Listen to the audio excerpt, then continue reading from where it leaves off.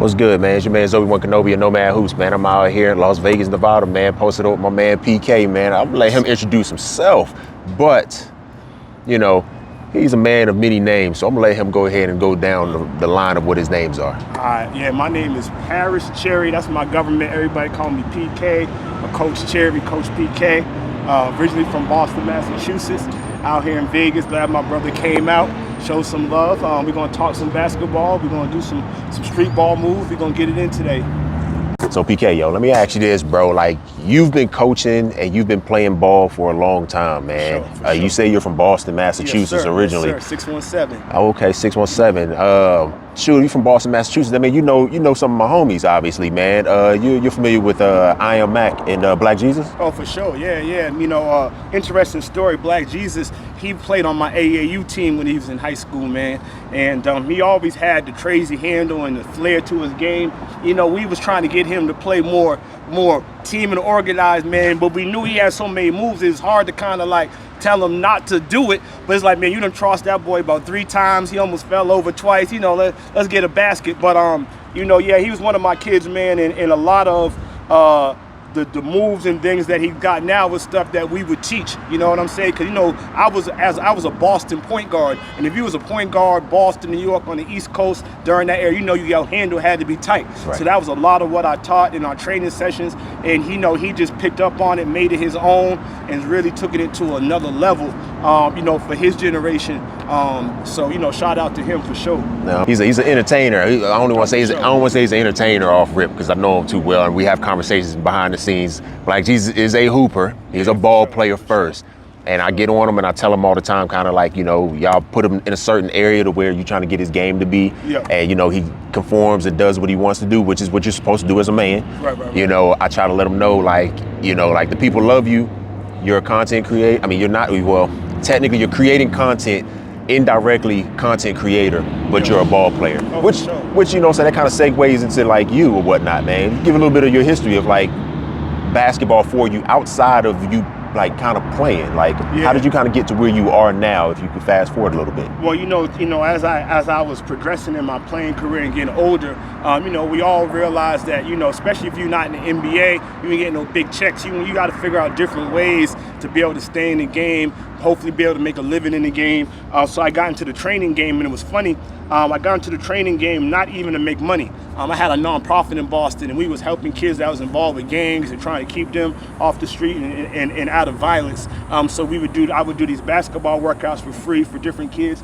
And around that time, that's when this idea of being a basketball trainer became something that became an industry. And I started, you know, working with a company called Coach Up, which is one of the top, you know, sports training apps right now in the country. They originated in Boston. I started training them. Then I went and started my own training business. And so I've been in that for the past 10 years. I've been able to be so successful in the training industry. It's allowed me a lot of coaching opportunities. 2 years ago, I coached at the NAIA Division I level at North American University in Houston. So I had that experience as a college coach, as well as to be able to coach at the professional level overseas in Dominican Republic, one of the places that I played professionally. So, you know, also, you know, got the opportunity to work with probably about 10 to 15 NBA, WNBA players over the last couple of years. You know, high-level players, helping them in the off-season or in the pre-draft process. So, you know, I've been blessed. I've been real blessed to be able to stay in the game as long as I have. It's brought me from Boston to Louisville to Houston to Vegas and to all over the world. So, you know, it's a blessing to be able to be impactful and have longevity in the game. Okay. So around here in the area or whatnot, man, I mean, like, what are some of the places that like go play, whether it's inside or outside? Man, I know a lot of the top leagues that got down at the Tarkanian Center. A lot of good players. You get to see some NBA players playing in their Sunday and Monday night leagues. Some of the top social media basketball creators like Mecca and Ray and Brady, they do a lot of their stuff out there. And then right over here at the Doolittle Community Centers, where they do what they call the Desert Rain Pro-Am. All right, and they have that for a month every summer. They actually just finished a couple of weeks ago. You know, they got all types of NBA players: Marcus Cousins, Justin Holiday, you know, Julian Newman play. You know, a lot of guys, I can't remember all the guys that's playing, but, you know, you don't know who you're going to see, you know, in the gym. Jeremy Pargo, I know he was in there. You know, Orlando Robinson that just signed, I believe, with the Kings. So, you know, there's always a lot of talent. There's definitely a lot of talent in the area for sure. So, I mean, like, that sounds like it's like the Drew League of, like, Nevada. Yeah, it's kind of like the Drew League of Vegas. I mean, you know, obviously you're not going to see as many high-level players, but, you know, there's a lot of players. You know, Vegas is a tourist spot, so, you know, if you're an NBA player or something like that and you just in town, you chilling, you know, somebody be like, hey, man, you trying to come hoop. You know, you come down and do a little and do your thing, man. So, you know, they definitely got some good competitive basketball out here. Being an East Coast boy like myself, Yeah. you know what I mean? And like you said, like, handling the rock is a big deal. Even though I'm from North Carolina and you're coming from up north, you know, it's kind of the same thing all the way down the board, like all the way down the eastern board line, shoreline. This is what we're going to do. So the first thing is going to be your Mount Rushmore of players, meaning there's only 4 guys on Mount Rushmore. All right? There's only 4 guys on Mount Rushmore. But it's going to be your main 4 guys on Mount Rushmore, and then your Mount Rushmore of handle.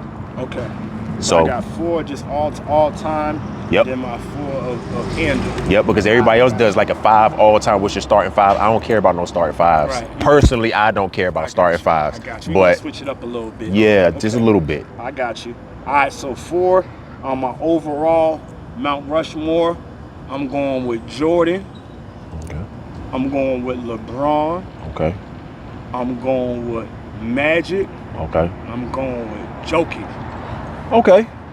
The crazy part is if you go look at the stats, Jokic is the number 2 best player of all time according to statistics.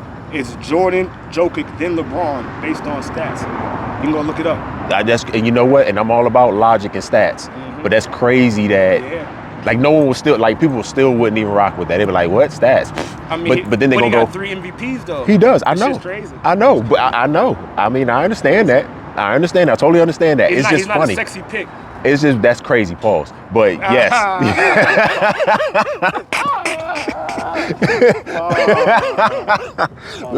But okay. So let's digress right quick. Yeah. What's your Mount Rushmore of handle? Handles. Kyrie. Okay. Chris Paul. Okay. That's tough. This Skip. is really okay. And Steve Francis.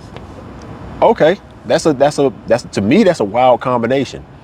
I didn't see Chris Paul coming in there. Yeah. Pause. Crazy.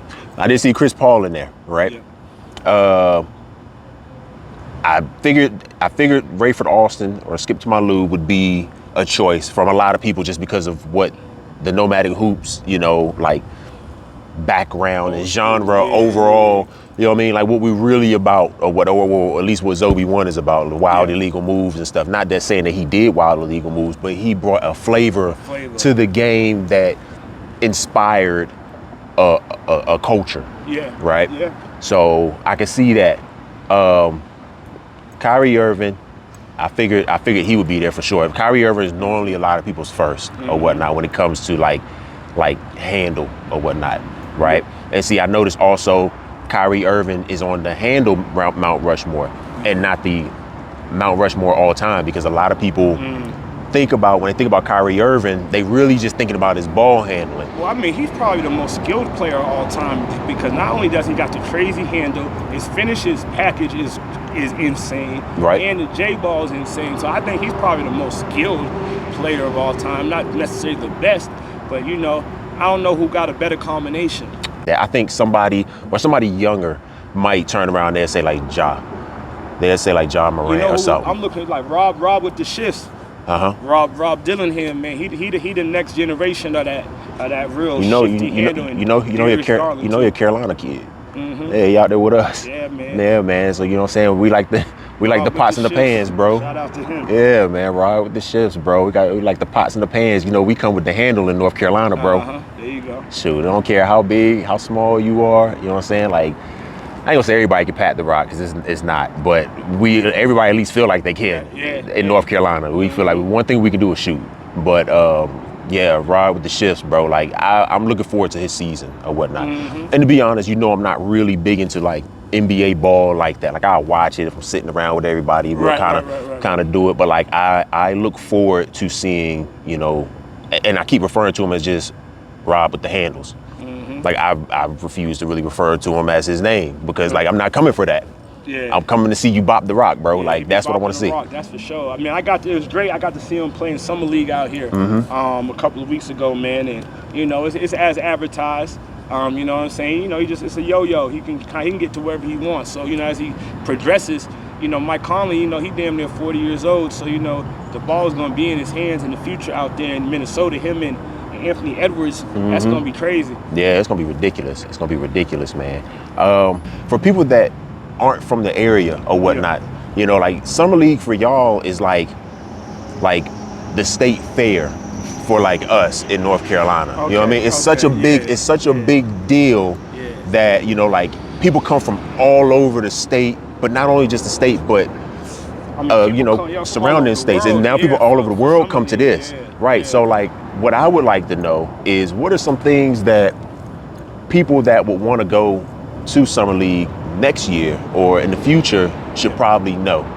You know, first of all, you better get your hotel and your stuff set early, because the hotel prices get real wild during that, you know, during those 2 weeks. You know, other than that, man, you know, I mean, it's a really good experience. You know, you're gonna have a lot of fun. They have a lot of events inside the, you know, inside the arena, outside of just the games. You know, you can get autographs with players. You know, there's always, you know, you don't know who you'll see, you know, walking around during these games. You know, I know for me, a lot of it was an opportunity to kind of network and catch up with some business associates, but also, you know, have some fun. We was, you know, courtside at the VIP, all you can eat, all you can drink. You know, enjoying. It's just a great opportunity to see some good basketball and see some players that, you know, are probably going to be stars. You know what I'm saying? Or some players that's, you know, that's stars now. So yeah, I mean, if you really love the game, you got to at least do it one time.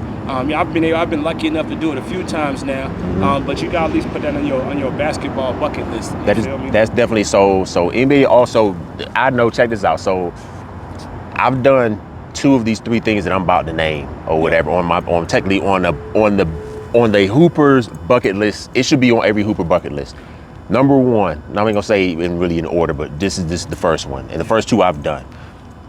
Go to the Mecca of basketball, which is Rucker Park. Yep. You got to go to Rucker Park. Yep. You don't necessarily have to play, but you have to step on hollowed ground. You have to, right? Okay, boom. That. Go to a All-Star game. Yep. Don't care what state it is, but you should definitely go to an NBA All-Star game. Yep. All right? Now, what I haven't done is what you just said. I have never been to NBA Summer League, and I've been invited multiple times to go, and I've never went just because of the timing or whatnot. The time is tricky.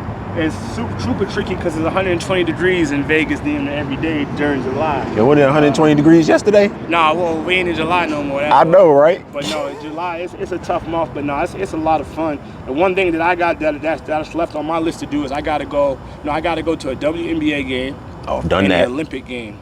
Okay. And they had an Olympic exhibition here in Las Vegas. I had just got from Dominican Republic. I was going to try to go. I was too tired, and I was mad at myself I didn't go. But they'll be in the 2028 Olympics will be in LA. Correct. All-Star Weekend. All-Star Weekend is in LA this year. Okay. 2025 All-Star Weekend is in LA. And then I got to see LeBron play in person.